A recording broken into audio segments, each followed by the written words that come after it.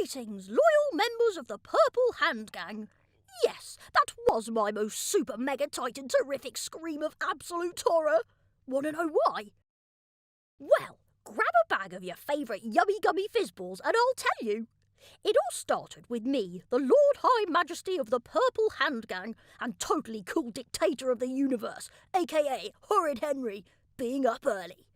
Early, I hear you say? Was I feeling ill? Had I lost my mind? Had I been replaced by an evil alien shapeshifter from the planet Stinky Pants pretending to be me? Funnily enough, that's what Mum wanted to know. There I am, sitting near the top of the stairs, minding my own business with my school bag and thinking about what a great day it was going to be, when I hear Mum's alarm go off. Buzz! Buzz! Sounds like a giant mosquito stuck in your ear. Henry, Mum yells, time to get up. I grin. Already up, Mum? The next thing I know, Mum's worried face is peering down at me. Henry, she gasps, are you feeling all right? Fine, thank you, Mum. Just wanted to get into school early. And slinging my bag over my shoulder, I headed down the stairs. Mum's staring at me in amazement. Bye, Mum, I call before I head out of the door. Bet you're still wondering if I'm feeling all right. Well, the answer's yes. Yes, yes, yes. Because today is the last day of term, which means no more school for weeks and weeks and weeks. It's holiday time! My super bestest friend Ralph, that's rude Ralph to you, is waiting for me at the school gates. Sometimes I worry about Ralph. He's always the first one to arrive. Sometimes he's even on time. He'd better not be turning into a toady-toed teacher's pet. There's enough of them in this school as it is. And talking of teachers' pets, my wormy little brother, Perfect Peter, a.k.a. the Worm, no surprise there, is in the playground with the Best Boys Club. Yep, that'll be Tidy Ted, Goody Gordon and Spotless Sam. They're doing their usual mega embarrassing bunny hop high five routine, hopping around like bonkers brains bunny wunnies. If I was a ginormous giant, I'd stamp down hard on them and turn them into a pile of squishy squish goo. Splat! Glad we're not going to have to watch that for a while, I say to Ralph as we hurry past. Ralph grins at me. Yeah, 'cause it's we high-five yelling holiday time! Soggy Sid, a.k.a. Mr. Soggington, he of the Slayer Tyrannosaurus Rex at 10 paces sweaty stinky armpit sports teacher type, is waiting at the school doors. Come on, you horrible lot, he growls. Get a move on. Thank you, kind sir, I say, smiling my innocent smile at him. Sid boggles his bug eyes at me. What did you say? I said, thank you, kind sir. I'm thinking that maybe if Sid cleaned all that gooey gunk from out of his ears, he might be able to hear me. Right, that's it, you horrid boy, said Sid, blowing his whistle. Detention. Detention? On today of all days? It's not fair!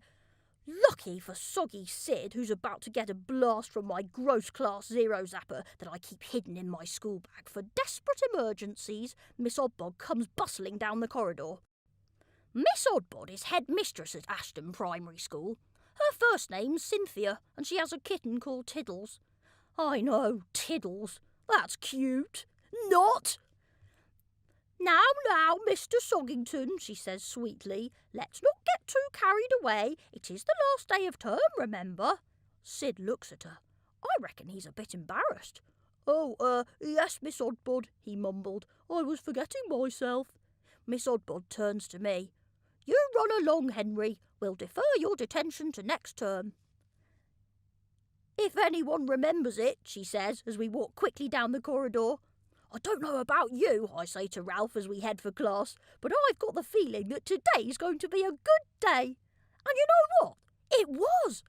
Miss Battleaxe was positively cheerful in lessons. Can you believe she was wearing a party hat and colourful streamers around her neck? And she was skipping backwards and forwards in front of her desk. Oh, and there was a big smiley face drawn on the board behind her. La, la, la, no more school, she sang. It was like she was glad to be rid of us. Wonder why. And at lunchtime, when the demon dinner lady slopped the usual stew onto my plate with a measly 3 chips, Greedy Graham's mum appeared suddenly. Oh, I think we can do better than that. And she only ladled a huge dollop of extra chips onto my plate. It is a special day after all, and they won't keep till next term. Thank you, Graham's mum, I said politely. You're welcome, Henry. Going somewhere nice for your holidays? Oh, yeah, well... Oh, I hesitated. Mum hasn't actually booked anything yet, but, that's nice, dear, she said, and she turned round to serve a robocal. I looked down at my enormous pile of chips. Best day ever! Grinning, I headed for the lunch table, where the rest of the Purple Hand Gang were busy scoffing down their own enormous piles of chips. Greedy Graham's mum had been generous today. So, where's everyone off for their holidays? I asked, cramming a handful of chips in my mouth. Beefy Bert shrugged. I dunno. Somewhere with no spiders, squeaked Weepy William weepily. Or any other creepy crawlies, agreed Anxious Andrew, anxiously. Al was heading to sports camp. Where else? And Graham was going on an executive chef course. He held up one of his carrot sticks. 50 winning ways with a carrot, he said, and took a bite. Ralph just wanted to get as far away from school as possible. And me? I was imagining a desert island, a deserted desert island with sun, sea, sand, and the worm buried neck deep on the beach. And no teachers, declared Ralph, which kind of ruined my brilliant daydream because suddenly I saw Miss Battleaxe skipping along the beach, still dressed in her party hat and streamers. Oh, my daydream went pop. Thanks, Ralph, I muttered darkly. He giggled. Sorry, Henry. Then I grinned. But that's okay. Nothing can spoil today, 'cause the Purple Hand Gang all high-five together. It's holiday time! You know how, when you really, really, really want something to happen, every second of the clock seems to take a gazillion trillion years to tick by? Well, that's what that afternoon's lessons felt like. Tick, tock, tick, tock. Oh, would they never end?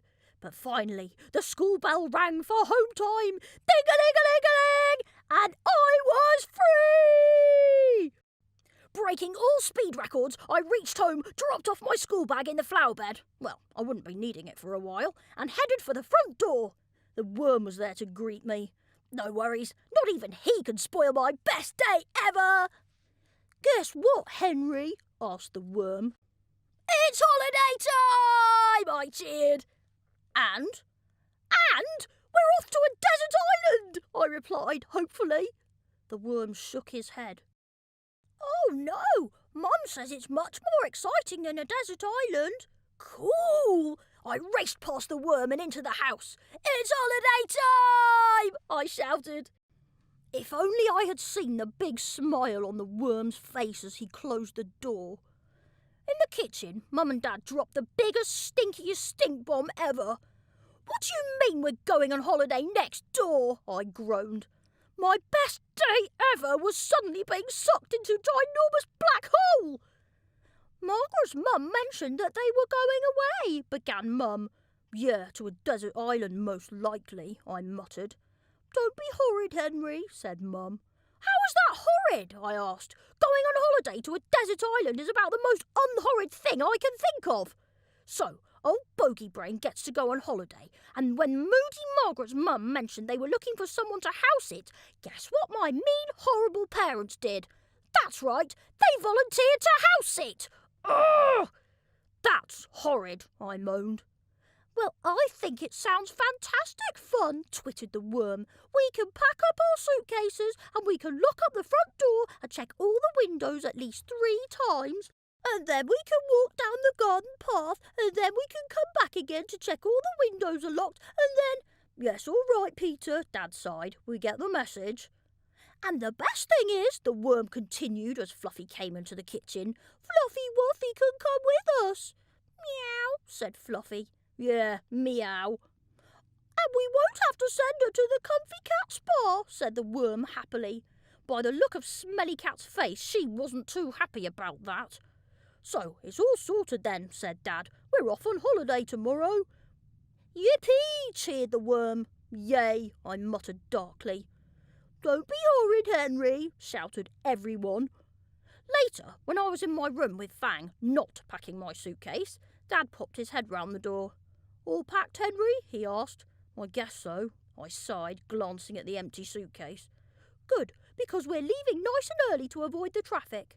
But we're only going next door. We can leave any time we like. Don't be horrid, Henry, Dad said, and he left. At least there's one good thing about going on holiday next door, I said to Fang. You can always come back if you've forgotten something. Yeah, said Fang. And you can come with us. I cheered up a bit, 'cause if Fluffy Wuffy's coming, then you're coming too. Yeah, agreed Fang. Oh, well, tomorrow is another day, Mum always says. Well, yeah, tomorrow was another day. And can you guess what time Dad got up the next day? Early, extra early, extra early. Well, he would, wouldn't he? He was standing in the hall, fully dressed, surrounded by 9 suitcases, while the rest of us were still getting ready. Will you all hurry up? He shouted up the stairs. We're going to be late. Late for what? We're not catching a bus or a plane or anything. We're going next door. Can you believe this? Mum appeared at the top of the stairs, followed by the worm carrying his number gnome number 22. They were singing the fantastically catchy Number Gnome holiday song. Hooray, hooray, today's a holiday, the best one ever, never mind the weather. Oh, it went on and on. The worm opened the front door and peered out. Oh, goody, he cheered, the sun is shining. All the more reason to get going, said Dad.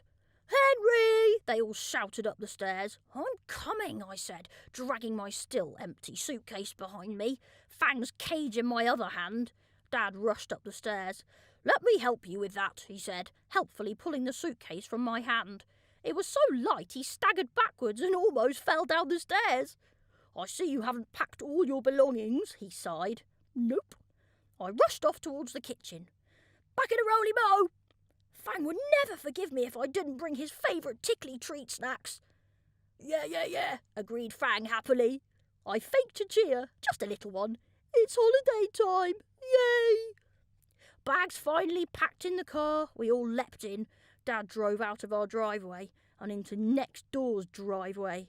Yep, old Bogey Brain's driveway. Great holiday trip that was. Didn't even have time to ask if we were nearly there yet. And then, just as we started unpacking the car, it started to rain. It was pouring. Oh, could this holiday get any worse? Yes, it could. Well, here we are, said Dad, as we stood in Moody Margaret's mum's hallway, shaking off the rain. Oh, we're on holiday, cheered the worm. Yay, I sighed. So, what shall we do first? Asked Dad excitedly. How about I make us a nice cup of tea while you start unpacking, suggested Mum as she headed for the kitchen. What a good idea, said Dad. Yay, I groaned. Dad pulled out a list from his pocket. Peter, you're in the guest suite, he read. Yippee, cheered the worm, hurrying up the stairs. Come on, number gnome number 22, let's go and look at our bedroom. Henry, said Dad, you're in Margaret's room. You what? I gasped in horror. Why do I have to sleep in her bedroom? It's all pink. Why can't the worm sleep in there? He likes pink. Dad shook his head, pointing at his list. Sorry, Henry, it specifically says that you are to sleep in Margaret's room. So, I moaned, it's not like it's some sort of contract, is it? Actually, yes, Henry, said Dad, it is a contract. What? Who needs a contract to go on holiday? It's always a good idea, said Dad, just in case anything goes wrong. I suddenly had a thought. A very bad thought. What else is in the contract? Dad began to read. No feet on the sofa, living room carpet or walls. No takeaways. Not even pizza, I squeaked. What's a holiday without pizza? Dad carried on reading. And reading, and reading. No wild parties, no DIY, no cooking on an open fire, no painting with fingers, brushes or any form of distribution mechanism, no making of films, no tapestry making or willow basket weaving, no crumbs, no animals unless they're called fluffy, and especially no animals if they look like a rat. I looked around in alarm. Where's Fang? We had to leave him at home, said Dad, waving the contract at me. Rat-like animals, Henry. Fang isn't a rat! I know, but he does look like one sometimes. What? Dad blushed a bit and shrugged. Well, in a certain light. That was it. I headed for the front door. Where are you going, Henry? To feed Fang, I answered crossly. He'll starve without me there, or had you forgotten that he needs feeding? Dad pushed the door closed again. It's all right, Henry. We've made sure he won't starve. But he'll still be miserable without me. I opened the front door again. And anyway, I'm fed up with this holiday lark. Dad pushed it closed again. We're not going home, Henry, he said sternly, waving the contract in my face. At least not for the next 2 weeks. It's in the contract. And that's when I opened my mouth wide and let out my super mega titanic terrific scream of absolute horror. No! Pink everywhere, and not a snot bag in sight. I groaned as I stared at pink everything all around me. Ah! Pass me the bath bag! Bleh! I flopped back on the bed. Margaret's soppy, fluffy fairy stared down at me. Great. Then I noticed something interesting.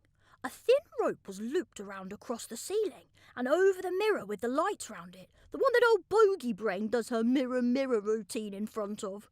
I leapt off the bed and looked at the rope more closely. At the end of the rope was a label with something written on it. Do not pull this rope, it said. It's funny, because as I read the note, I could hear Moody Margaret's moody voice in my head. I repeat, do not pull the rope or else. I grinned. What else was I going to do? I pulled the rope, of course. There was a loud whoosh, and then a fizz, and all the lights in the house flickered and went out. Then there was a loud bang that sounded like fireworks. Whiz! Paw! Bang! Bang! Bang! Oops. Mum, Dad and the worm all yelled at the same time. Henry! Well, the next morning, a totally awesome limousine comes to pick us up. We all clamber into the back, and as we sink into the plush seats, I slip on my sunglasses, looking my usual cooler than cool, and we set off down the road. Bet you're wondering why this is happening.